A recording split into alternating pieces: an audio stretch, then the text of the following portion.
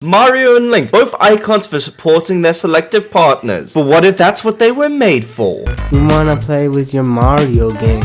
I had a big Rames as a big tame. Hello internet, welcome to Game Theory, and today we're going to talk about how Nintendo has made it perfectly normal and okay for your wife to have a boyfriend. I don't know how else to start this video than to say I am not exaggerating when I think I have found the dumbest criminal to have ever lived. Now YouTubers exaggerate, that's no secret to anybody. Also we're gonna get rich if we don't trick you guys into coming in every once in a while. But I genuinely think this man is absolutely medically a moron. I think somehow he was lobotomized as a child and was just never told about it. Now keep in mind this crime was very recently, and the only reason I'm talking about it is not to be disrespectful, it's just I'm baffled by the sheer stupidity of this individual. And I genuinely think I'm doing the victim a service, not in like a joking way, but in a literal way at explaining how incompetent and imbecilic her murderer was. I'll hand it over to a news station to explain more. Hello and thanks for joining us. I'm Mary Kelly in today for Deborah.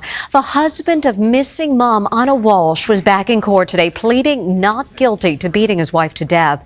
But prosecutors say they have a mountain of evidence proving his guilt, including his Google search history that allegedly shows he was looking for 10 ways to dismember a body. Now you might be slapping your head at full force with your hand, but let me just explain this man's logic to you. For a couple of clicks around, I found out he didn't actually Google it on his own device. No, that'd be too incriminating for him. He used his young son's iPad to look up 10 ways to hide a body, and he did it with multiple searches a few days before his wife went missing. Now one of two theories is entirely possible. No, I lie, one of three. Either the real person who committed this crime snuck into his house, looked it up on his child's iPad to frame the husband and make him look guilty. Two, his son is the criminal mastermind and got rid of his mother for not pouring his OJ and getting his cookies the right way. Or three, this man was left upside down as a baby. I have no idea what possible argument you could make to justify why that would be on your son's iPad, aside from pointing your finger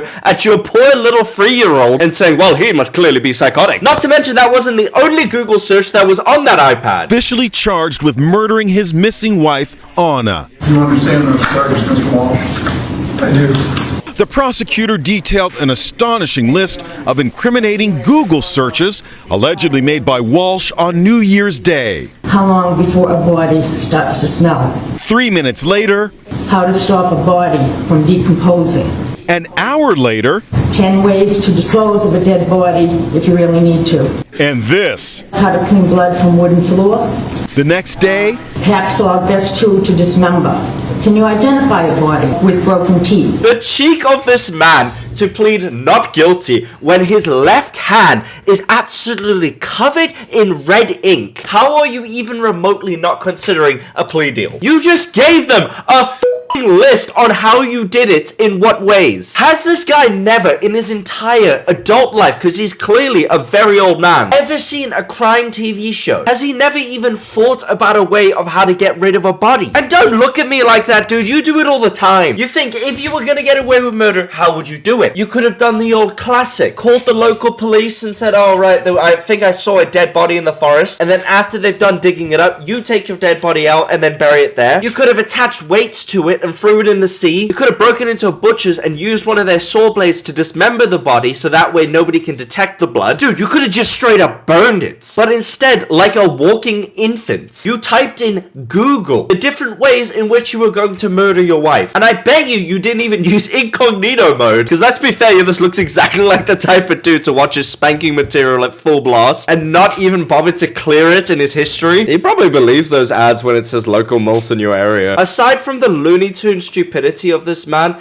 it is really sad how this case has ended up. This story, there's more than one victim. Yes, of course, you have the wife, but I also can't help but think about the kids. In addition to the just transparent in your face trauma here, like they're losing both parents. And their 3 children who are between the ages of 2 and 6 years old could be suddenly thrown into foster care, which is also something that Anna's friends Natasha Skye and Pamela Barty don't want. Yes, tragically, this pea-brained human being managed to find the hole not once, but 3 times and produced 3 of his own spawn. And unfortunately, those poor children are now robbed of a normal childhood life. Not to mention, much like vloggers' children, their lives and their privacies will also be invaded without their consent, because news reporters and journalists are going to be following them around for years, trying to get a story and an inside scoop on this case. It is horrific that they've been robbed of their mother, and it's even more horrific that it was potentially their Neanderthal father who did it. Wink wink, potentially. He clearly did it. Did I also mention he was caught buying $450 worth of cleaning supplies? Oh, no, I forgot to? See the police visiting their home, Brian telling them, hey, she left on the 1st for a flight to DC, where he says she often commutes for work and has another home, but investigators found no evidence of a rideshare which Brian claimed that she took, nor of a flight, and there was no activity on her debit or credit cards. Also finding that her phone was in the area of the Massachusetts home until it was turned off early on January 2nd, which, key thing here, is a very specific date because later that same day, surveillance footage shows Brian purchasing $450 worth of cleaning supplies at Home Depot, paying for this in cash and getting mops, buckets, tarps, tape, and other items, none of which he told police about, who then charged him for misleading investigators. There was then more footage surfacing of him chilling at a juice bar, seemingly relaxing after a long day of cleaning. I have no idea how this guy managed to live as long as he did. How he has not cocked up the actual act of breathing is confusing to me. How he has not strangled himself for putting on his own tie is a mystery to me. I want him to get the death sentence, not just for being a murderer, which is so obvious, because they also found the murder weapon, a bloody knife, in the basement of his home, as well as a bloodstained rug miles away from his home, but because he's insulting to the intelligence of our species. I've met some